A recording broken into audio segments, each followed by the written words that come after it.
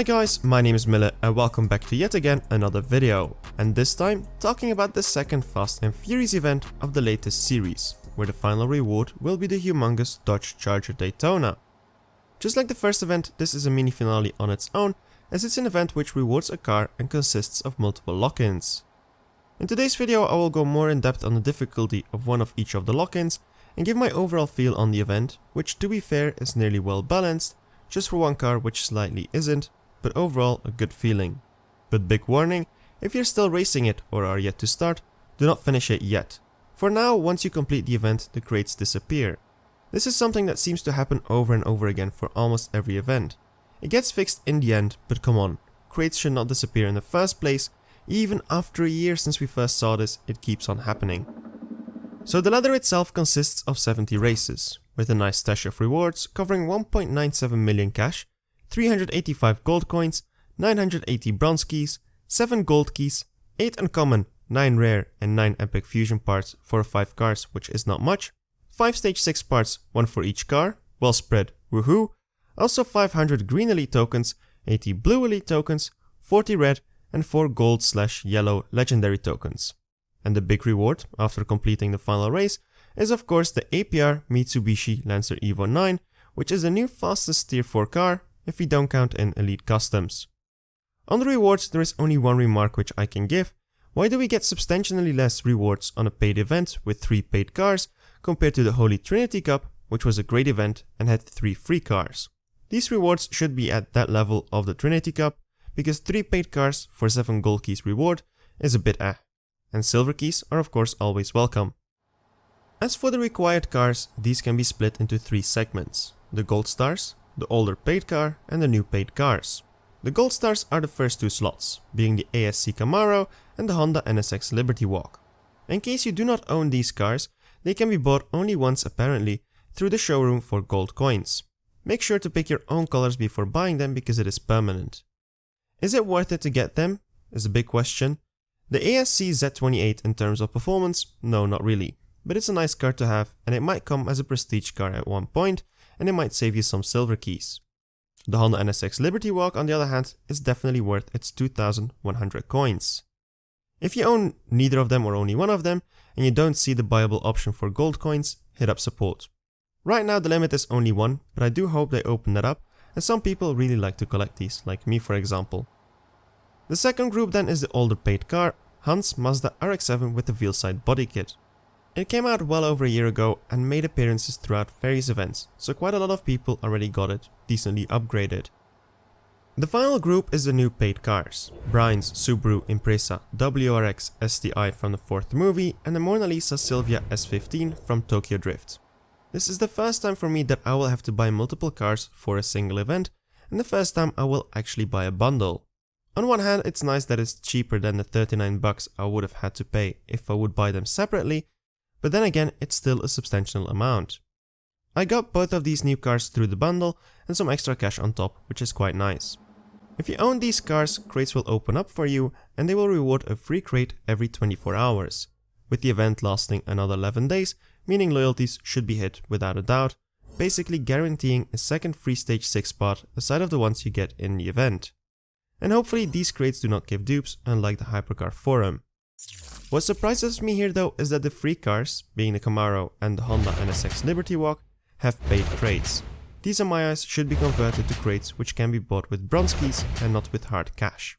And for the S15 crates, they come again with a cascade system, which again is optional and not mandatory to follow. I will always stick to the left crate. For the event itself, I used my dummy account for this one to save myself time from upgrading the cars. But as most players don't have cars maxed out, I decided to test the event starting on stage 5 fully fused, which for these cars is not crazy hard to get or expensive.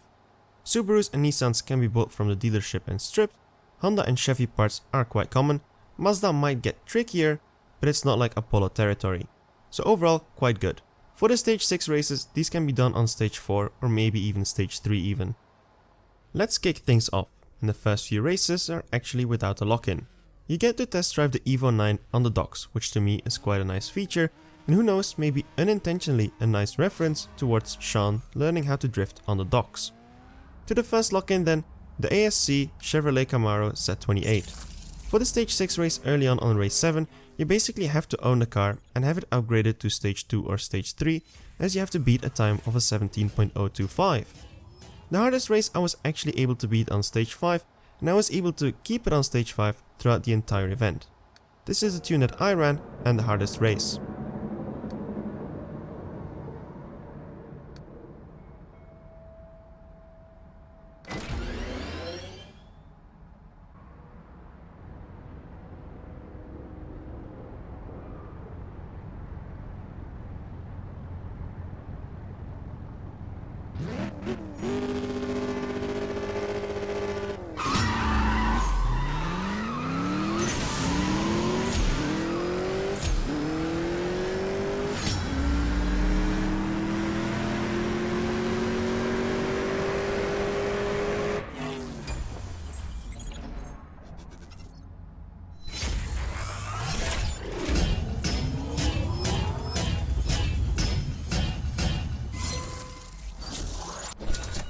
Second lock-in for the Honda NSX Liberty Walk, pretty much the same story. The 9 gears shift monster could run throughout the entire event fully fused on stage 5. In case you don't have all fusion parts, maybe one stage 6 part might be needed, but you can get one for free early on as well. But you will need to be faster than a 17.269 to get it, basically again on stage 2 or stage 3, very doable. The hardest race came a bit further down the line on race 53, where I could take the W comfortably using this tune.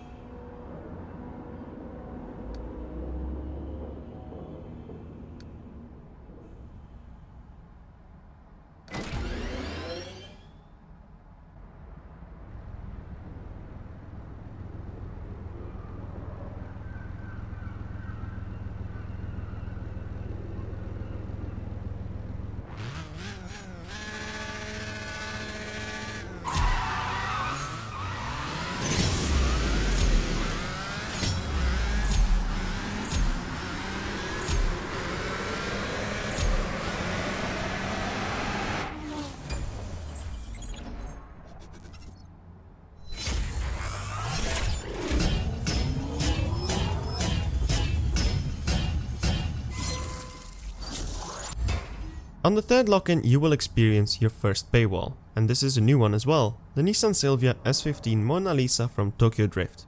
And like the talking car says here, try and keep it in a better shape than Sean did. I really like these messages, though a talking car is still kind of weird. Anyways, back to the car, this maxed out should be good for a 7.86, which is not crazy, but on stage 5 it's quite a decent car, running an 8.6. This allowed me to win the stage 6 race on race number 17 with ease, as you have to be faster than at 13.2 seconds. The only issue with this car that I have, however, is that the needle just keeps on dropping, both when maxed out and on stage 5. And if you try to avoid it, you actually lose time. As an 8.6 is quite fast time, the hardest race for this car was a cakewalk. Tune and race.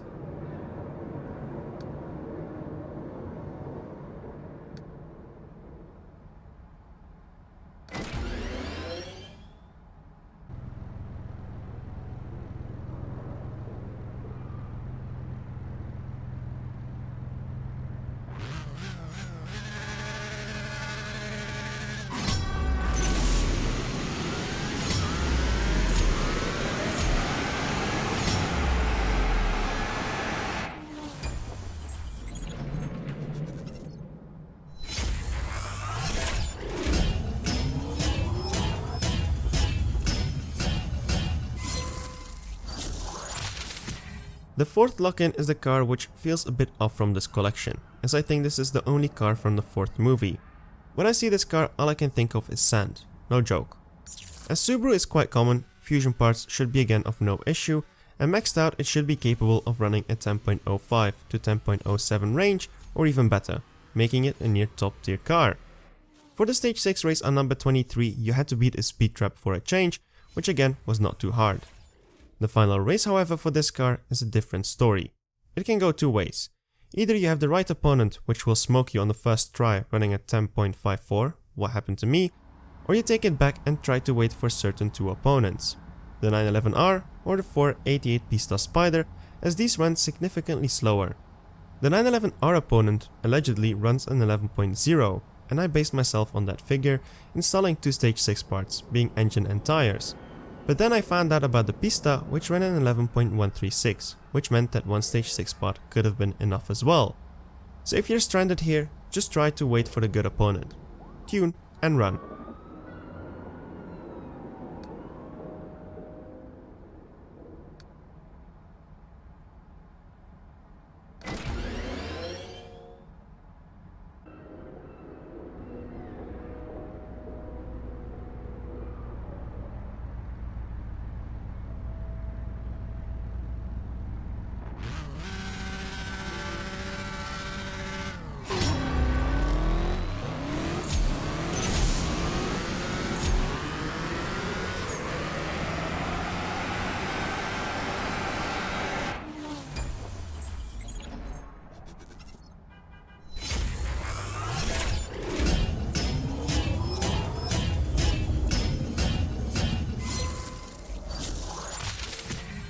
The final lock-in is the most unbalanced one, for the Mazda RX-7 with the Wheelside Fortune body kit. Despite having a fairly easy stage 6 race, where you have to be faster than a 16.2, which can be beaten stock, the final few races are a tad more difficult, to where it goes from an 11.8 seconds on the third to last race to an 8.6 on the last race, a 3-second jump in 3 races. The final time here required me to install 3 stage 6 parts, being the 3 best ones: transmission, tires and body. But to get these 3 exactly, you have to be quite lucky, so in most cases you will need 4 or even 5. To make this a more balanced event, me personally, I would have put the final time to a 9.0, to where 2 to 3 stage 6 parts would have been the key. On the other hand, it was taken into consideration most likely that this car has been available in the past already throughout multiple events, and the majority already have a vast amount of stage 6 parts. For newer players, this might be the biggest wall you will face in the entire event. Tune and final race.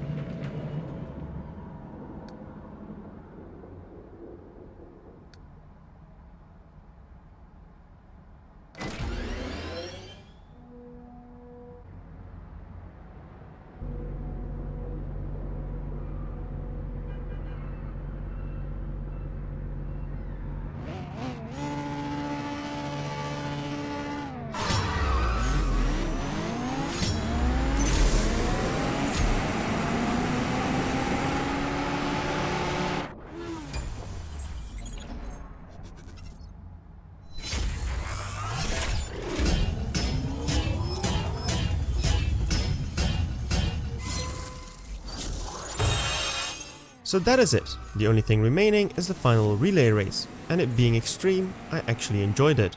I had to retune my cars to the best quarter-mile dyno, and then again I won quite comfortably.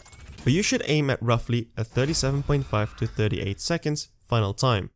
On stage 5 this is not doable, but with the stage 6 part you won throughout the entire event, and maybe even the one you got from the free crates, it should be pretty much a grand slam. Once you complete the event, you not only get the 5 gold keys, but also the APR Mitsubishi EVO 9, which Sean used to learn how to drift. This car is really one of those cars that the Lancer fanboys will really love, and in terms of performance, maxed out is not bad either, with my best attempts stranding on a 9.948, making it the fastest non-elite custom car in game, beating the Donkey Kong Fairlady Z. Tune and pattern.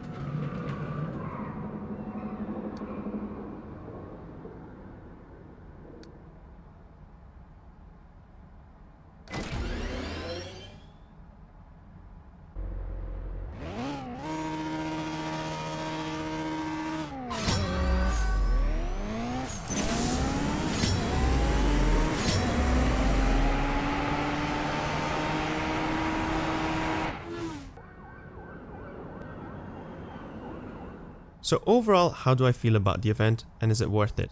Well yes, for people who already own the RX-7, this to me seems like an event which will only require you to purchase the Silvia and the Subaru. You will most likely not have to buy any additional crates to finish the event, which for me is a win. Newer players might have to do so on the other hand for the RX-7 to get that one extra stage 6 part and some fusion parts, but for veterans like me, I think this is a fair event and better balanced compared to the Hypercar Forum. But that is with the slower opponent on the Subaru, because a 10.5 is quite hard, and the RX-7 final time being reasonably unbalanced. But all in all, I can say I will give this event a solid 8 out of 10, and as for the crates disappearing, they are aware of it and will fix it anytime soon. What is next? We have now had 2 finale cars, so I think we will have 2 or 3 more types of these events, to where each reward will most likely become a lock-in for the big finale, where you can win the Daytona Charger. We do not know which cars are to come, but I for sure expect the Ford Escort Mark II at some point, and maybe the F-Bomb Camaro. Only time will tell.